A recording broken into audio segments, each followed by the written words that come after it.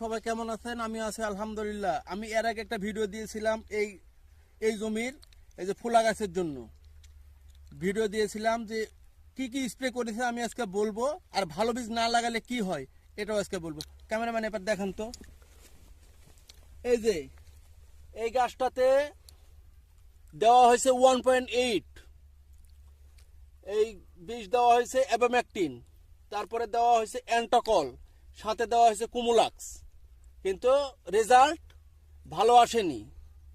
এই যে দেখেন প্রিয় দর্শক, এই যে ক্যামেরাম্যান এটা দেখেন তো, এই যে দেখেন দিনটা বলো। তো এই যে সতেজ গাছগুলো যেগুলো ভালো বীজ সেগুলোর গাছ এরকম হয়ে আছে, আর যেগুলো আপনার কুকড়ানো আছে এই যে সারেনি।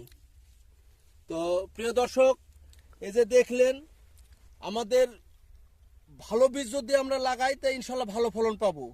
তা আমরা সবাই চেষ্টা করব ভালো বীজ লাগানোর, কারণ ভালো বীজ ছাড়া ভালো ফলন কখনো আশা করা যাবে না, তার প্রমাণ আপনারা নিজেই দেখলেন। তো প্রিয় দর্শক, আমরা সবাই চেষ্টা করব ভালো বীজ লাগানোর, ভালো বিষ স্প্রে করার, তাহলে গাছও ভালো থাকবে, আমরা ফলনও ইনশাল্লাহ ভালো পাবো। তো সবাই ভালো থাকবেন, সুস্থ থাকবেন, সবার সুস্থতা কামনা করছি। আসসালামু আলাইকুম।